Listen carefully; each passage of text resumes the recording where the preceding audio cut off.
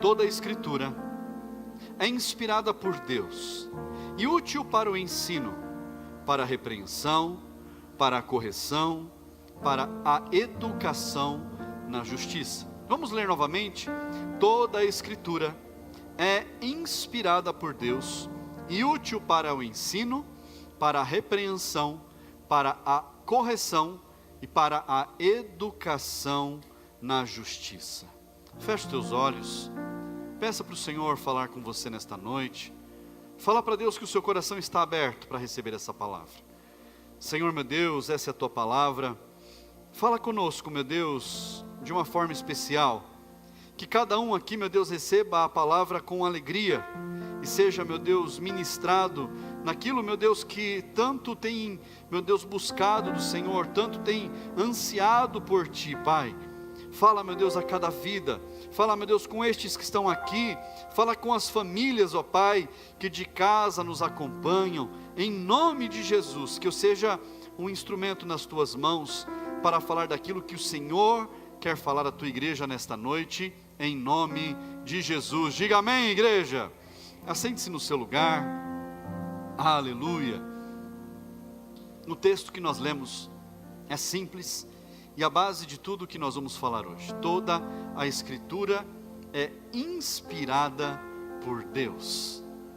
Há pessoas que estudam a Bíblia, a palavra de Deus, mas não com o entendimento de que a Bíblia é a palavra de Deus. Eles têm o entendimento que a Bíblia, ela contém a palavra de Deus. E quando eu mudo um pequeno termo de contém para é, ou de é para contém, eu estou diminuindo o valor dela. Se eu disser que a palavra de Deus contém a palavra de Deus, eu estou dizendo também que há algo na palavra, na Bíblia, que não contém a palavra de Deus. Mas quando eu declaro que a Bíblia é a palavra de Deus, eu declaro que de capa a capa, tudo que está escrito aqui foi inspirado por Deus. E quando Paulo escreve a Timóteo, ele fortalece isso. Ele declara toda a Escritura, tudo aquilo que está na Bíblia é inspirado pelo próprio Deus. Nós temos vários autores, vários escritores que escreveram tudo o que está aqui na Bíblia, mas que ela é inspirada por Deus, nós não temos dúvida. Mas só que a palavra de Deus, ela é eficaz. Fala comigo, palavra eficaz. Fala mais forte, palavra eficaz. É assim a palavra de Deus, ela é eficaz. Mas no pequeno texto que nós lemos, diz que ela serve para ensinar, ela serve para repreender, serve para corrigir e serve para educar na justiça. Quando nós falamos que a palavra de Deus é completa, é porque ela serve para todas as áreas da nossa vida.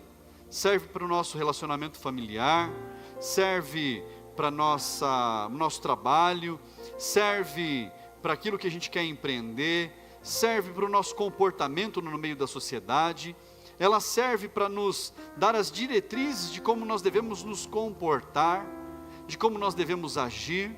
Ela nos fala a respeito de direitos, nos fala a respeito de deveres, nos fala a respeito de tudo que eu precisar saber. Qual é a vontade de Deus para a minha vida, eu vou encontrar na palavra de Deus. Tudo que eu precisar saber a respeito de promessas que Deus tem para mim, eu vou encontrar na palavra de Deus. Tudo que eu precisar saber a respeito do que Deus espera de mim, eu vou encontrar na palavra de Deus. Se eu quiser falar de um assunto, eu vou encontrar na palavra de Deus. Qualquer assunto que eu quiser falar, Deus me dá orientações, me dá esclarecimentos. Quantos estão entendendo? Diga amém. Lá em Hebreus capítulo 4, abra lá Hebreus capítulo 4, versículo 12, diz assim: porque a palavra de Deus é viva e eficaz. Fala comigo, viva e eficaz. e ela é mais cortante do que qualquer espada de 2 gumes, que tem dois pontos de corte, e penetra até o ponto de dividir a alma e espírito, juntas e medulas, e é apta para julgar os pensamentos e propósitos do coração. E agora a gente começa a pegar uma orientação, um caminho a respeito da palavra de Deus.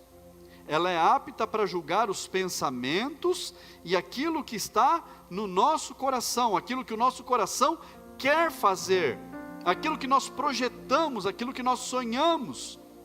Olha só, a palavra julga os pensamentos e propósitos do coração. É a partir da palavra que eu sei se algo que está no meu coração, como foi apresentado nessa peça aqui, tantas coisas estavam no coração da jovem, que não permitiu que Jesus pudesse ter ali o seu espaço, o seu lugar.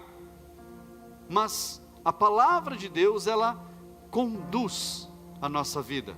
Se nós permitirmos que a palavra entre e conduza, a palavra vai nos dar orientação, a palavra nos vai ensinar, corrigir, repreender, educar.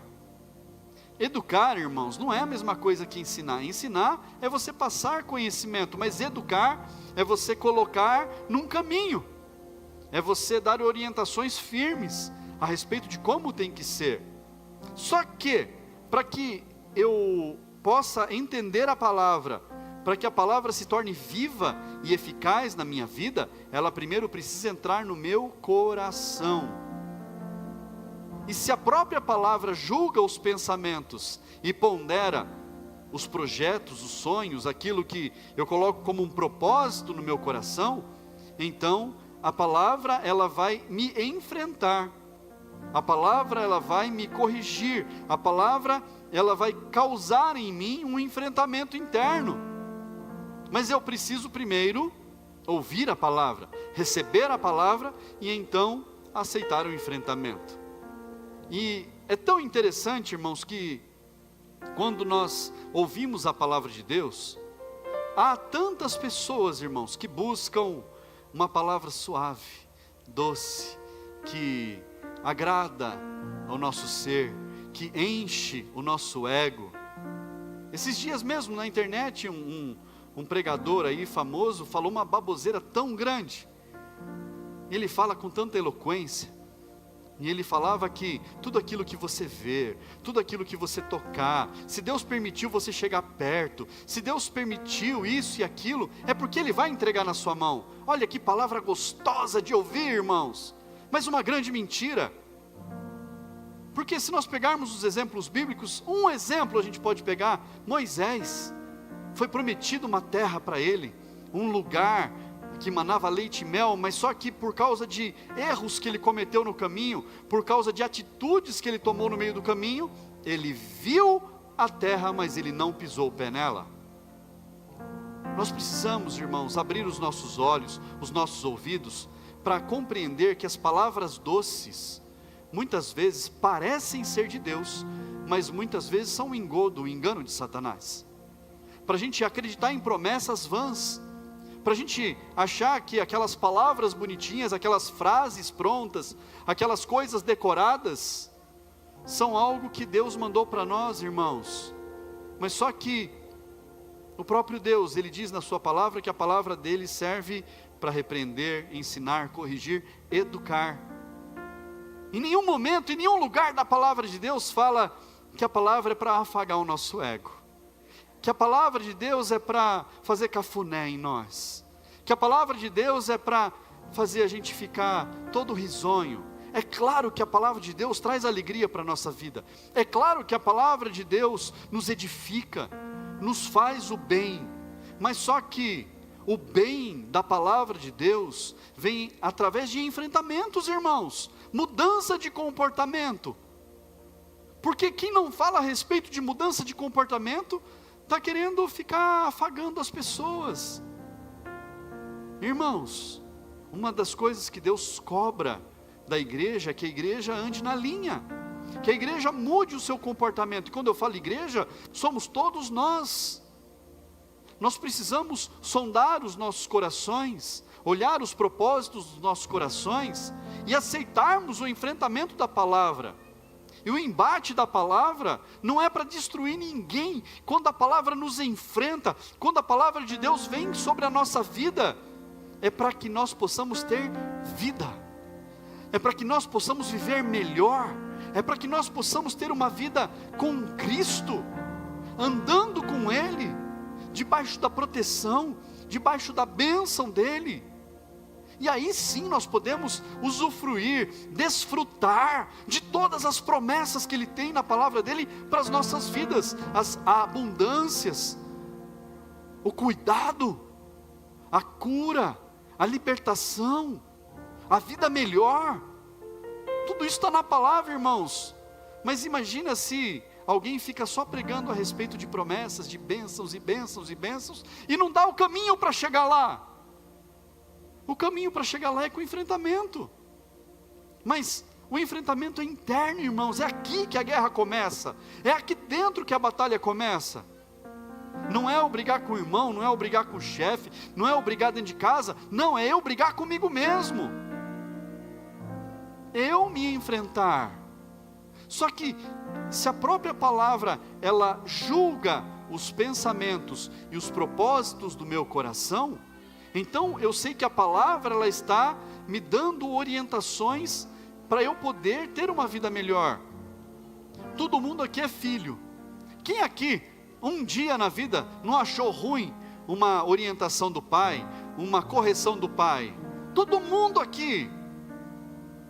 Todo mundo achou ruim um dia que a mãe ou o pai brigou, que a mãe ou o pai achou ruim determinada atitude, que a mãe ou o pai falou para você, olha, isso não está certo, você tem que fazer diferente, você tem que fazer melhor, você tem que isso e aquilo tal. Por quê?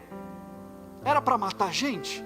Não, era para que a gente pudesse ir mais longe, era para que a gente pudesse ser melhor. É porque os nossos pais não queriam que a gente sofresse o que eles sofreram. É ou não é assim, irmãos? É ou não é, irmãos? E a palavra de Deus, ela é mais cuidadosa. O próprio Deus, Ele é muito mais cuidadoso que os nossos pais. O amor de Deus por nós é tão grande, que foi capaz de entregar o seu próprio Filho por amor a nós, para que nós pudéssemos receber a palavra, para que nós pudéssemos receber a Jesus como Senhor de nossas vidas, para que nós pudéssemos aceitar tudo aquilo que Ele tem orientado para nós, de orientação para as nossas vidas. Só que, quando a palavra ela julga o coração, nós precisamos entender que o nosso coração, os nossos sentimentos, eles são enganosos, irmãos. Lá em Jeremias, capítulo 17, profeta Jeremias, abra comigo lá, capítulo 17, versículo 9 e 10, diz assim: enganoso é o coração, mais do que todas as coisas, e desesperadamente corrupto, quem poderá entendê-lo? Eu, o Senhor, sondo o coração, e provo os pensamentos, para dar a cada um segundo os seus caminhos, segundo o fruto das suas ações. Aqui nós começamos a entender que as consequências dos nossos atos podem dar para nós recompensas que Deus tem para nós. Deus está falando aqui, olha, quem é que entende o coração do homem? O coração do homem é corrupto, insensato, deseja coisas que não deve ter. Mas só que, olha o que diz no versículo 10, eu, o Senhor, sondo o coração e provo os pensamentos. É Deus quem sabe o que está aqui dentro, irmãos. E aqui dentro pode ter um turbilhão de coisas, mas o que vai dizer, mostrar para Deus, é como nós lidamos com tudo isso. É como nós tratamos todos esses pensamentos, todos esses sentimentos, essas emoções, e como nós agimos a partir daí. Aí está o segredo, irmãos. Porque a própria palavra diz, irai-vos, mas não pequeis. A ira está aqui dentro, o turbilhão está aqui dentro, mas a minha atitude tem que ser racional, a minha atitude tem que ser controlada. no Espírito Santo.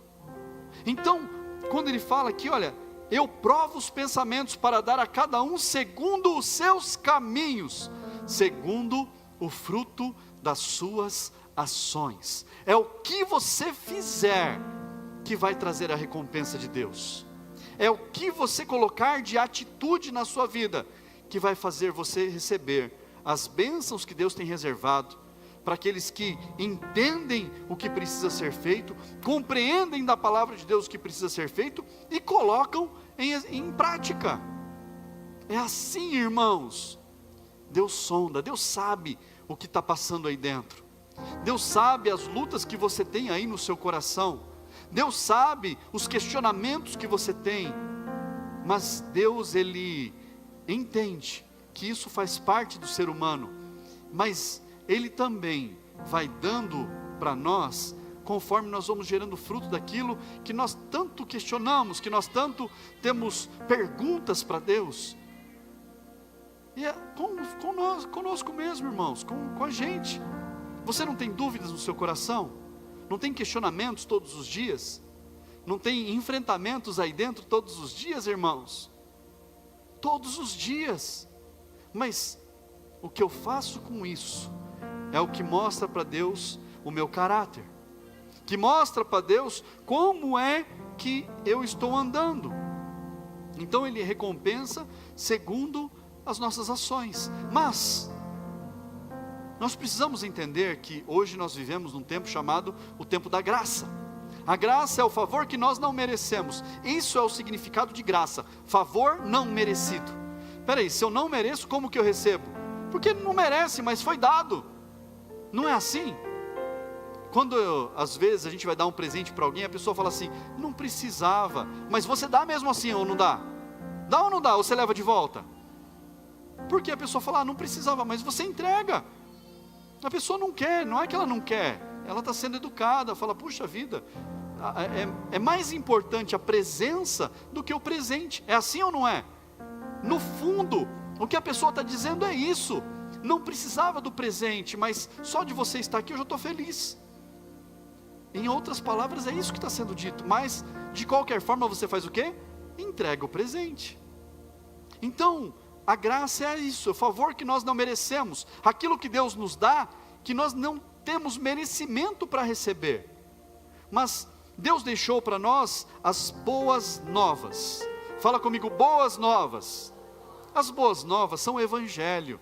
A partir de Jesus vieram as boas novas, as boas notícias. O gospel, que é a palavra de Deus no Novo Testamento.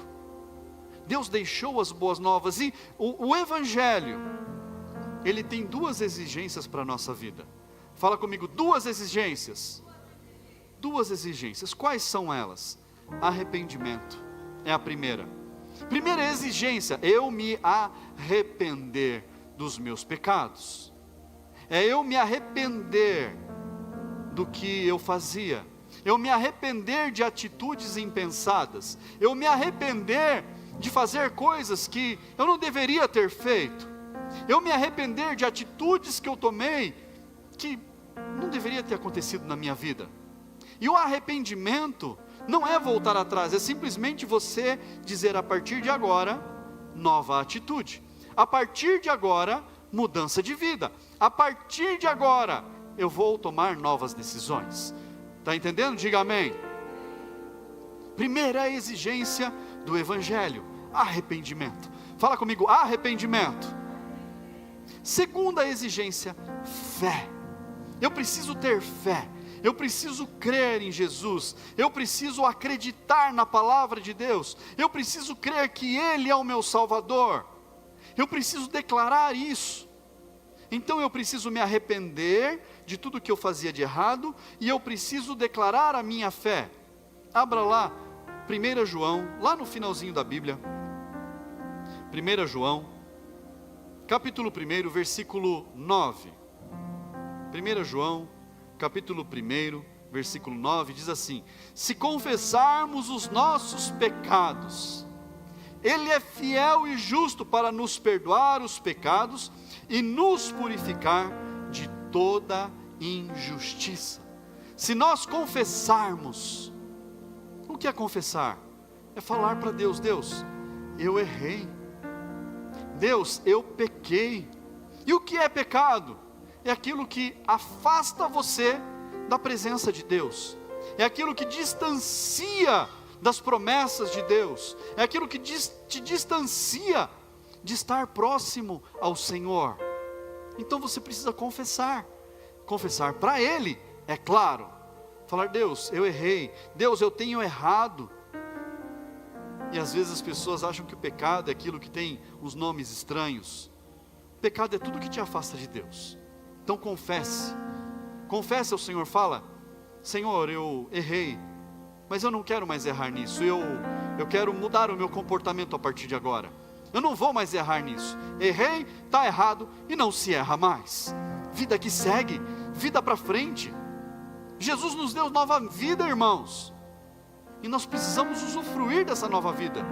E a fé, lá em Hebreus capítulo 11, Hebreus capítulo 11, versículo 6, diz assim: de fato, sem fé é impossível agradar a Deus, porque é necessário que aqueles que se aproximam de Deus, creia que Ele existe, e que recompensa os que o buscam. Mais uma promessa. Sem fé eu não consigo agradar a Deus, porque aquele que se aproxima de Deus precisa crer que Ele existe e que Ele recompensa aqueles que buscam Ele. Então, quando eu tenho fé, eu agrado ao Senhor, e se eu agrado ao Senhor, eu recebo recompensas disso. Quais são as recompensas?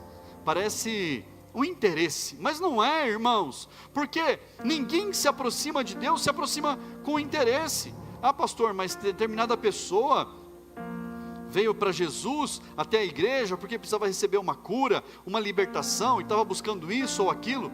Irmãos, ela veio buscar só o favor. Ela pegou o favor que ela recebeu e foi embora. Acabou, não existe relacionamento, irmãos. É raso. Ela pegou aquilo que Deus deu e já recebi o meu, estou indo embora. Mas é diferente daqueles que caminham com Cristo. Esses que caminham com Cristo recebem o favor de Deus todos os dias. E aí não há interesse, há uma vida com Cristo, uma vida caminhando com Jesus. É totalmente diferente. A conversa é outra, o nível de recompensas é outro. Mas entenda, irmãos, quando nós nos achegamos verdadeiramente a Jesus, a gente não vai atrás de recompensas, a gente vai atrás de relacionamento, a gente vai atrás de uma busca mais profunda, por algo que é espiritual, por aquilo que vai alicerçar as nossas vidas, por aquilo que vai edificar nossa casa, nossa família. Então essa busca é a fome que nós temos, a sede que nós temos. E não tem interesse, não é por favores, não é por recompensas, por prêmios. Apesar que Deus nos dá todas essas coisas, irmãos. Ele é tão bom, que quando nós nos relacionamos, nós podemos desfrutar tudo aquilo que Ele tem para nós. Tudo que Ele tem para nós. Pastor, então quer dizer que eu preciso ter fé, e eu preciso me arrepender. Somente isso, arrepender e ter fé. E a obediência? A obediência, irmãos, ela é fruto do arrependimento. A obediência é fruto da fé, é fruto das boas novas. Mas não é exigência. Entenda isso, compreenda isso. A obediência à palavra é fruto. É aquilo que você produz. Porque a palavra entra no coração e ela produz obediência. A palavra entra no coração, você recebe o entendimento, as boas novas, a clareza, e você decide obedecer. Por quê? Você sabe que tem pessoas que obedecem por medo. Ou não é verdade? Mas quando não está perto, desobedece. Não é verdade? Quando a gente era criança, adolescente, por algumas vezes a gente obedeceu por medo. Medo de ficar de castigo, medo de apanhar, medo de alguma coisa. Aí a gente resolveu obedecer. Mas quando nós entendemos o porquê da obediência, então nós passamos a obedecer por entendimento, por compreensão, porque aquilo começou a fazer sentido na nossa vida. E é assim que é a obediência com relação à palavra. Quando faz sentido, quando eu compreendo, quando aquilo começa a fazer parte da minha vida, eu faço, eu obedeço com muita alegria. Não é porque eu estou recebendo uma imposição, mas porque eu entendi a visão, porque eu entendi a palavra, porque eu compreendi onde Deus quer me levar. E eu sei que se eu obedecer, se eu andar em obediência, eu vou mais longe ainda. Está compreendendo, irmãos? Então, a obediência faz parte, mas ela é resultado. Ela é resultado. Eu posso até no começo querer obedecer, porque puxa vida, eu preciso obedecer, eu tenho que estar obediente, eu tenho que seguir a palavra de Deus, eu tenho que fazer as coisas do jeito certo. Mesmo que você comece obedecendo porque você está se forçando a obedecer, mesmo que você comece a praticar as coisas da palavra de Deus, porque você está se submetendo à palavra e falando, não, eu preciso fazer certo, vai chegar um momento que você vai falar assim, poxa vida, no começo eu achei que era um peso, agora eu faço com grande alegria, porque já faz parte da minha vida, não tem como eu voltar atrás. Porque, irmãos, se a obediência estivesse acima das outras coisas, se a obediência estivesse acima do arrependimento, se a obediência estivesse acima da fé, eu não precisaria de Cristo, irmãos, eu não precisaria de Jesus, porque simplesmente a minha salvação seria pelas obras, seria por aquilo que eu faço, pelo que eu executo, e não pelo meu arrependimento dos meus pecados, não pela minha fé em Cristo. Compreende que cada coisa tem o seu lugar, cada coisa tem o seu momento, e nós vamos sendo edificados conforme Deus vai fazendo aquilo produzir efeito na nossa vida. E a nossa fé, o nosso arrependimento, o fruto disso, vai gerando em nós efeitos novos, vai produzindo em nós coisas novas, uma vida nova, as boas novas de Cristo, efetivas em nós. Abra sua Bíblia lá em Tiago, finalzinho da Bíblia ainda. Tiago, capítulo 1, versículo 21. Diz assim, portanto, deixando toda pureza, toda impureza e acúmulo de maldade, acolham com mansidão a palavra implantada em vocês, a qual é poderosa para salvá-los. Acolham com mansidão, recebam a palavra com alegria, coloquem essa palavra dentro do coração. Cada palavra que você receber de Deus, guarde ela no seu coração e fala, Deus, às vezes não é fácil de engolir, às vezes a palavra ela é meio amarga, ela não é tão saborosa. Mas já imaginou, irmão, se a gente só comesse coisas saborosas? Eu só ia querer comer pudim de leite condensado. Calma, não precisa babar agora. Eu só ia querer comer, sei lá, feijoada. Queria comer lasanha. Olha que maravilha. Mas, irmãos, de vez em quando tem que comer uma rúcula, um agrião, uma alface. As coisas que não são tão saborosas, mas que produzem para nós um bem enorme. Compreende isso?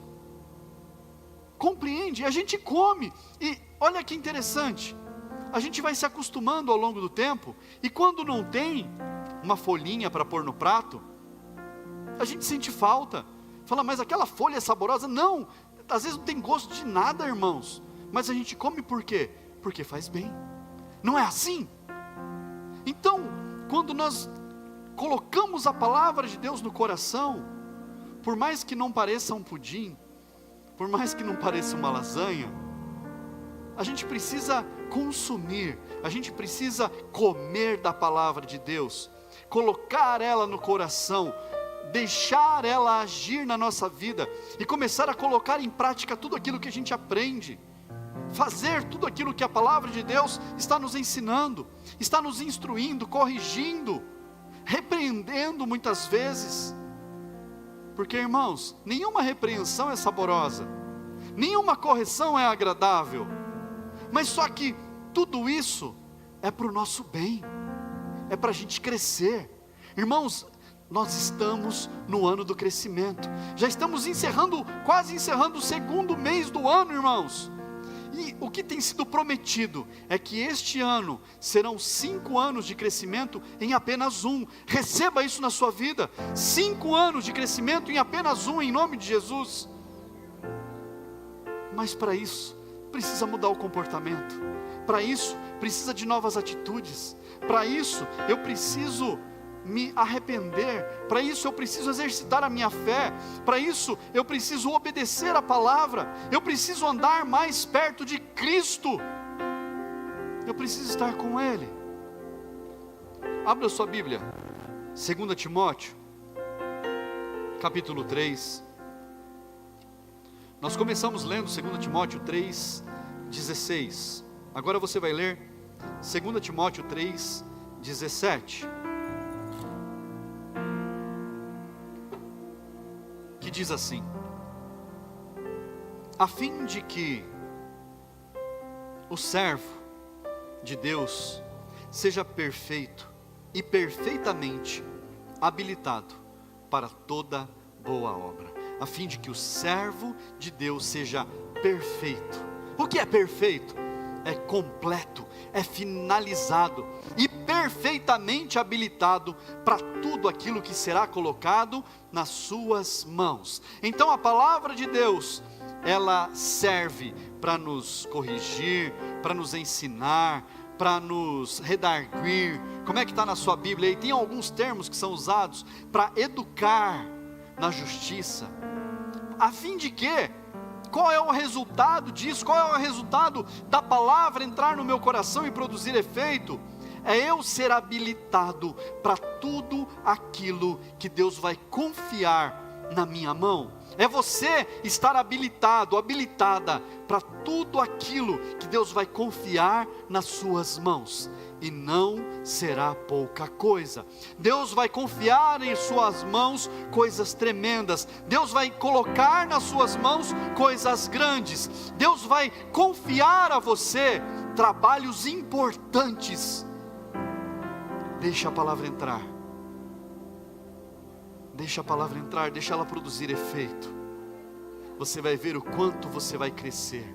O quanto você vai crescer de forma que você nem esperava. E eu profetizo um grande crescimento sobre a sua vida, em nome de Jesus.